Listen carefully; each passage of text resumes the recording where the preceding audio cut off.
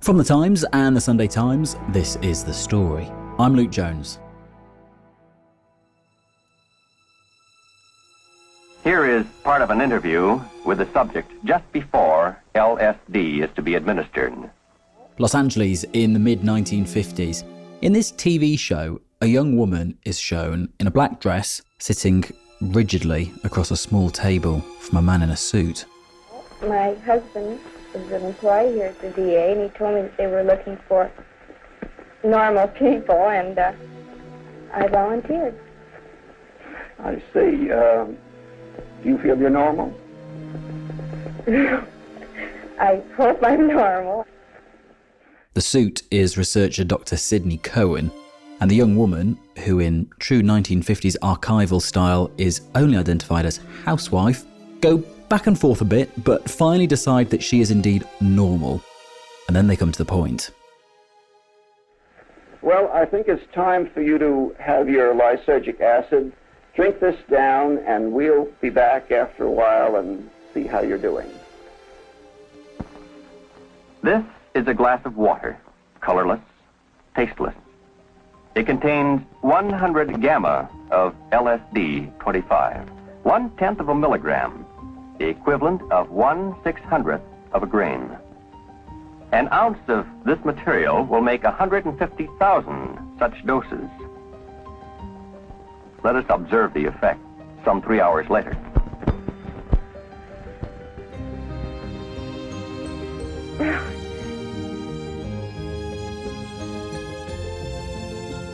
Can't you feel it? Everything is so beautiful and lovely and alive. Are you looking? Can you? Yes, what should I see? Did you say you can see it? No, I can't quite see it. Tell me about it. I can't tell you about it. If you can't see it, then you'll just never know it. I feel sorry for you.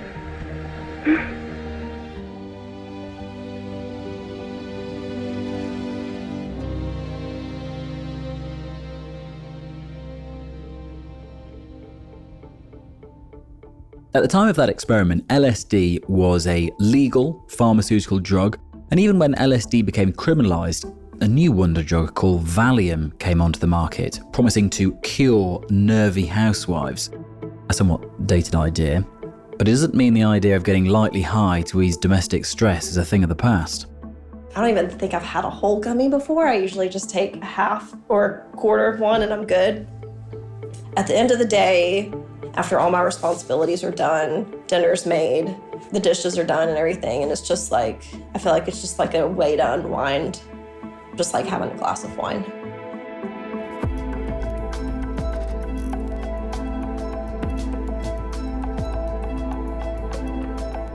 The story today, Mummies on cannabis gummies. Meet the mothers getting high at home.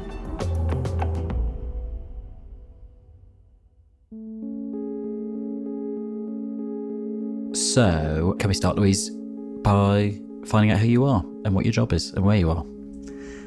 My name's Louise Callaghan. I'm the senior US correspondent for the Sunday Times. What got you onto these gummies, journalistically? Journalistically? Well, so I moved to the US a year and a half ago, and one of the things that genuinely really surprised me, and maybe it shouldn't have done, but it was just how normal taking cannabis is here. I think in the UK, it's obviously illegal, and while a lot of people might have tried it a few times, it's definitely not something that's widespread, socially acceptable. Last time I lived in the UK, so 10 years ago.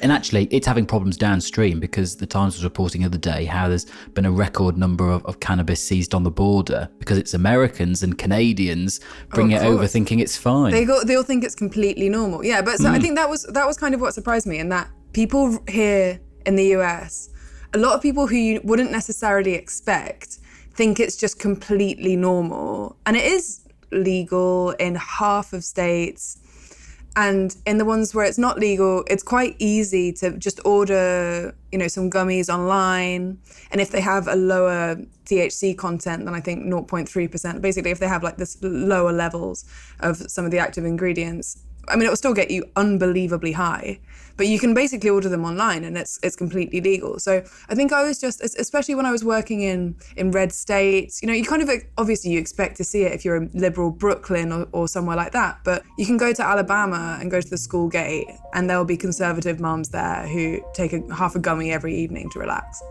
And who did you find who fitted that bill? So I'm a photographer. I have 2 children. They're 13 and 15. Well, I spoke to this really remarkable woman called Stacey Allen, who's a mum of 2. She's a photographer. She's really successful. I was born in Montgomery, Alabama, but have lived here in Birmingham for about 22 years. So I've always been a Southerner. She takes, half or a quarter of a gummy, basically in the same way that I think many mums of young children would have a glass of wine to chill out. Like the kids are getting kind of annoying. And in the sense that, and I think the way she explained it and the way that one of her friends who I spoke to explained it, is that, it gives you that relaxation, but it also leaves you feeling still in control and it doesn't give you a hangover. I guess it's a different sort of relaxation where I feel like maybe alcohol makes you a little I don't know, like a little silly and more outgoing, or like the gummy just kind of just makes I don't know, it just makes you slow down, I guess, if that makes sense. For sure. Yeah. So I think, if you're a busy working mom of small kids, you can't really be drinking buckets of rosé every night to try and take the edge off. Or if you do, you're going to feel terrible. So I think that for people within that demographic, then taking a gummy is it's a way of remaining kind of present and able to parent while at the same time being able to relax. Even when you do take a gummy, if your kids are home, it's just being very aware of how much you take, so that, and also your responsibilities being completed for the day. I think that's important. Because I think I took one once and tried to cook, and I was just it was just I'm very much an organized cook, and it was just, I just remember it being chaos. Yeah, completely. And has she been doing that for a while? She's been doing it for a while, but so Stacey's 41. And I think a lot of people around her age, she was raised, in the just say no generation, where the idea was that, kids, you take one toke off a joint and then that's you, you'll be sort of rolling around in back alleys injecting heroin into your eyeballs, I don't think that's quite what Betty Ford said, but yeah. It's what she meant. Yeah. I'm very much a rule follower. I don't want to do anything illegal. Even when I with any sort of substance, I feel I'm more of a moderated person. 2 drinks, I'm fine. And then so she didn't start smoking weed or taking any cannabis products until I think she was well into her 30s. And then, it was legal, it was accessible. But I think everyone else, there were teething problems at the beginning where she took way too much, got really paranoid, got really weird. I had a little bit of an edible and had a really bad experience because I didn't understand dosage or anything. So I was kind of scared of it for a little while.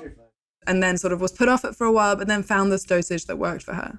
I don't even think I've had a whole gummy before. I usually just take a half or a quarter of one and I'm good. I feel it's a lot of experimentation, learning what works for you. And just to be clear, we're talking about gummies, little sweets. It looks like a wine gum. So there's lots of gummies you can buy which are kind of clearly targeted at the kind of yummy mummy contingent, which is, they come in these invigorating boysenberry flavors, and they come in fancy little boxes, like a fancy pair of earrings. It's really kind of, there's nothing further from the idea of someone smoking a joint on a street corner or at a party. It's this the huge cannabis lobbying industry and the cannabis marketing industry has managed to turn it into a wellness product somehow. It's kind of how it's marketed, I'd say. Yeah. And is that why that they're more susceptible to gummies as opposed to smoking a joint? I think it's partly the smell. I think for a lot of people you couldn't really because it smells, so strongly. You can't really smoke it in your house. You've got kids there or even outside. I think people be worried about their neighbors smelling it. And also, if you're smoking something, there's there's always this kind of association that it's bad for you because of, cigarettes obviously being very bad for you. So I think in these more kind of health conscious consumers or people with young kids or who are in a situation where you, for whatever reason, can't really smoke a joint, are opting for gummies instead.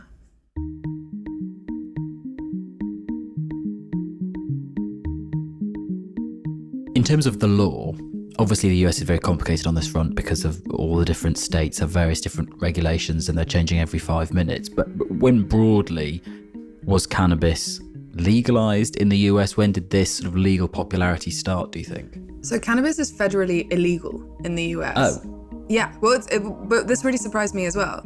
So it's federally illegal. So all these cannabis companies, which are set up everywhere, are committing federal crimes thousands of times a day. In about half of states, cannabis is legal for recreational use.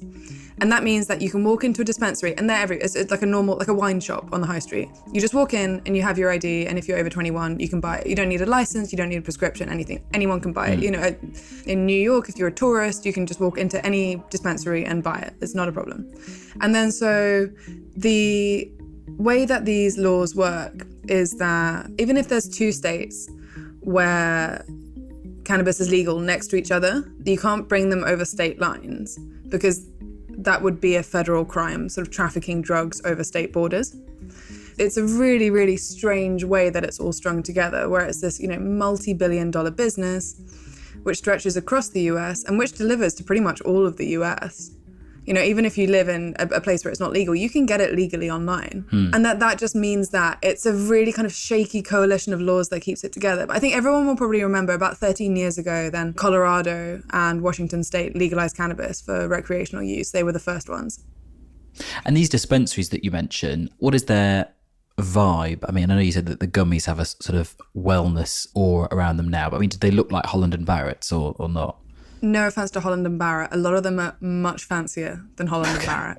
I've been to quite a few in New York for journalistic purposes. Quite. And I mean, there's a kind of dispensary for every person, right? There's ones which are targeted more at the sort of wellness contingent.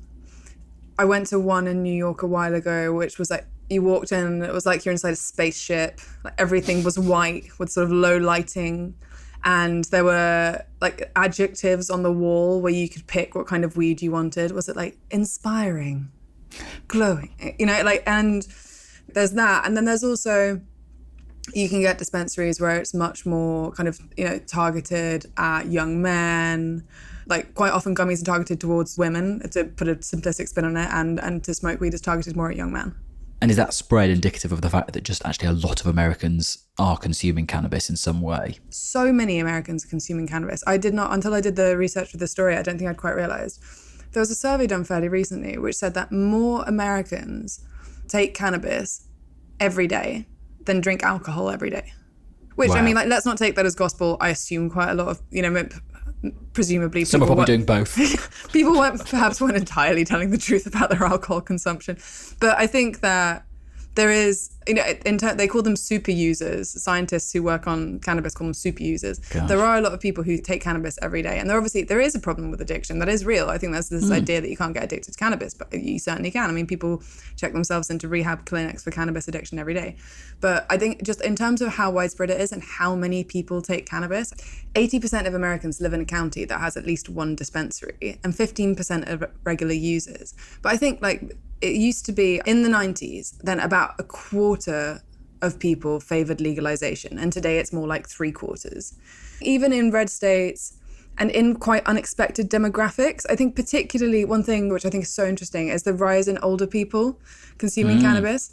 And that's because, in the US is absolutely kind of beset by a plague of chronic diseases. A lot of people don't have sufficient healthcare and have had, long back-breaking lives of work. Especially Vietnam War vets are now kind of getting older and having a lot of health problems. There's a huge, huge number of older people who are self-medicating for all sorts of aches and pains and everything, whether that's, so it's everything from former soldiers to, people who are playing American football and had injuries from. Just factory workers. Yeah, factory work. It really is the number of people who I spoke to for the story and went, oh yeah, and my granddad's just started doing it too, is massive.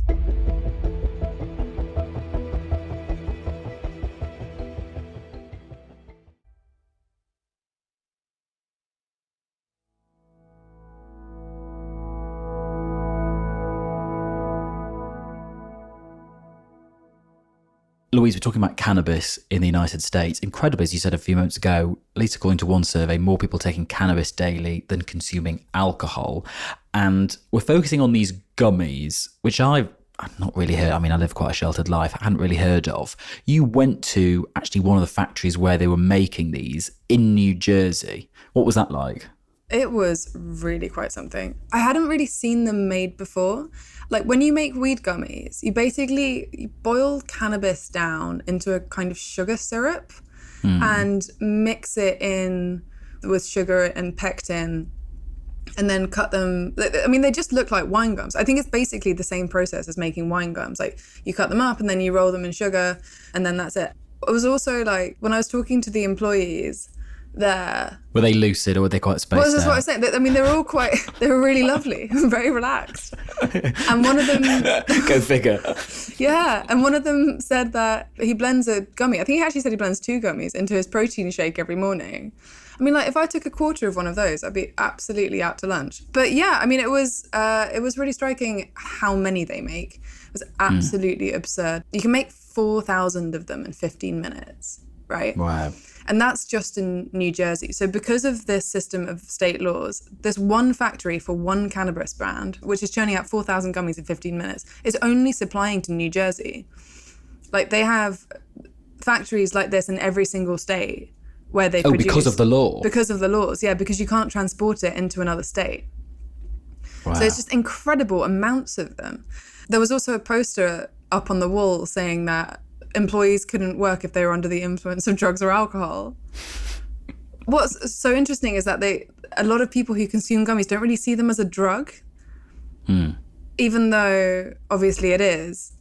But also on the factory worker point, as somebody who briefly worked in a sweet factory in my misspent youth, you start off picking sweets off the line thinking this is delicious, and then like day 2, the thought of it actually turns your stomach. It's why in the same way that people who work in chocolate factories are allowed to take what they want from the line, because it's like they will get over it by the end of the week. You mentioned how there was the one guy who was having 2 gummies with his protein shake just as part of the course, and that seems quite strong. But am I right in saying that actually the strength of some of the gummies vary and what from cannabis varies? Yeah, exactly. So I think the gummies that they sell in that place, it's everything from like 1 milligram to 10 milligrams of THC. And THC is the stuff that is the hallucinogenic. It's the stuff that makes side. you high, yeah. And so there's cannabis has CBD and THC in it, and THC is the stuff that makes you high. And CBD is the stuff that, I mean, we even have it here in the UK, don't we, in sort of drinks and things.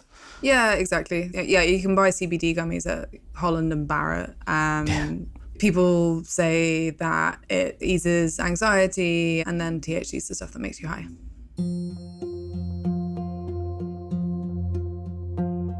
And what did the man who ran that factory say about the whole illegal side of this? As you say, even though it's legal in the state, there are federal laws against what they're doing. Well, the co-founder of the company told me that this company commits thousands of federal felonies every day, and they do, which is incredible. I mean, this is such a huge business. You know, it's multi-billion dollar. It's enormous, and the tax income from it. I think some cannabis groups estimate that so far, sales of cannabis have generated 4.4 billion in tax revenue. I mean, it's insane. Last year, cannabis sales topped $35 billion. And is that why he thinks that law enforcement aren't coming in and kicking the doors down and rounding them all up? While in general, federal law takes precedence over state law, I think they just don't enforce it because of practical considerations and because, I mean, politically, it would be impossible to enforce it.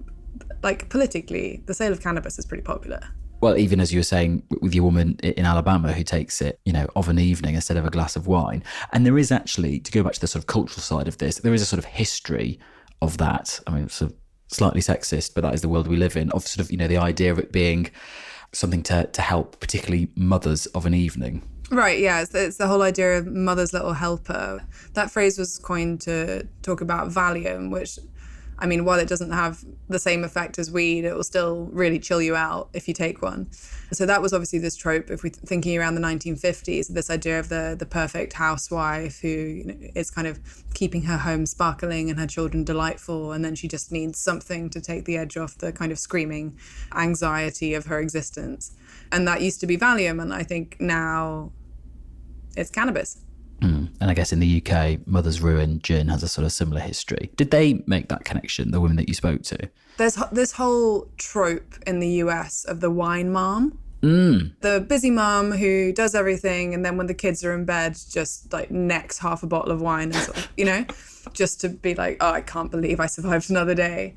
The idea of like a gummy mummy is it's a fairly similar demographic that it'll be hitting. And then this is also the demographic of women who in the 1950s might have been taking, a Valium or those diet pills, which were just speed, it turns out. Or, you know, I think there's always been a market for busy mothers who need to have something which takes the edge off their incredibly stressful lives, during which they also have to, you know, appear perfect and in control all the time. And of course, alcohol isn't good for you, but the square in me is wondering whether actually these are also very bad for you, maybe worse.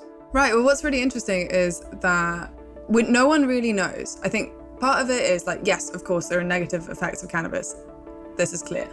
If you take a lot of it, especially when you're young, over a long period of time, I don't think anyone's here recommending that teenagers with their developing brains should be sitting there taking gummies every day. In terms of how cannabis affects adults who consume it in small amounts, fairly irregularly, the effect of that is basically being worked out in what amounts to an experiment on millions and millions of people in the US in real time. What happens when someone takes cannabis, quote unquote, responsibly? This is something which there haven't been, you know, decades-long studies done on with huge amounts of people, but it's kind of being carried out right now in America.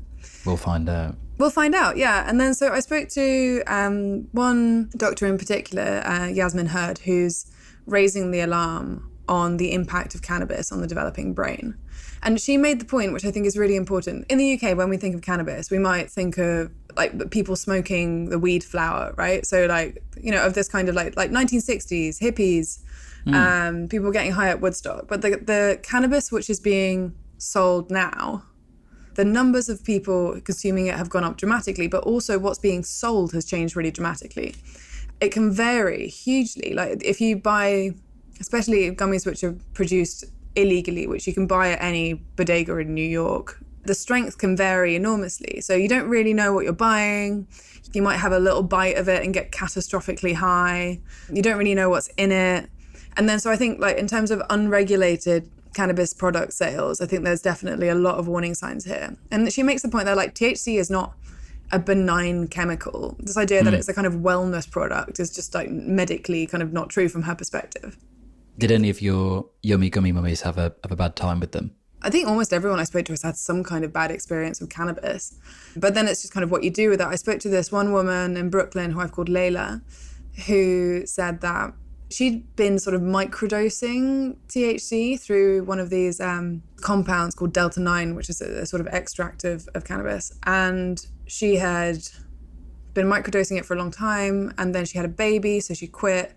And then when she started again, I think she just realized how much it was affecting her. I think she had a kid and she was trying to run a business and she was married, and she just found that she was just spending so much of the time kind of zonked out.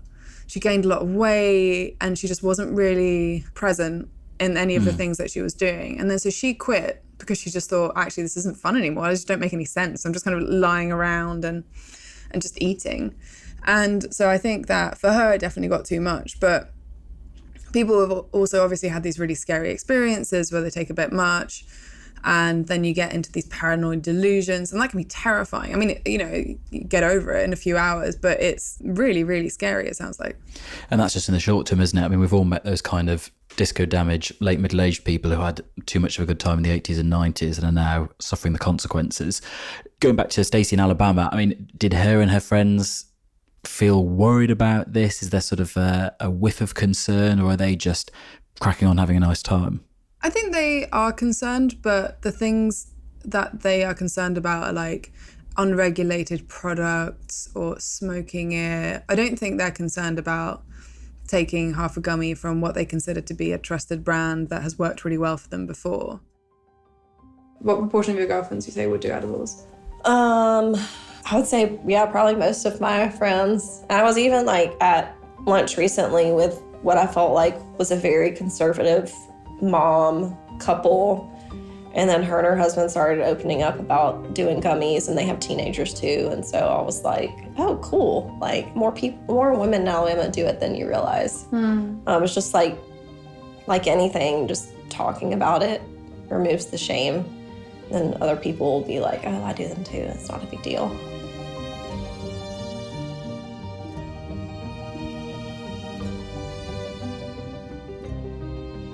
I think that they see it a bit like, just like drinking. You know, if you have 2 glasses of wine on a weekend, then that's fine. If you're necking whiskey every morning, that's not fine. I think that's kind of the way that they've rationalized it. Louise, thank you very much. We'll just do the urine test and then we're done.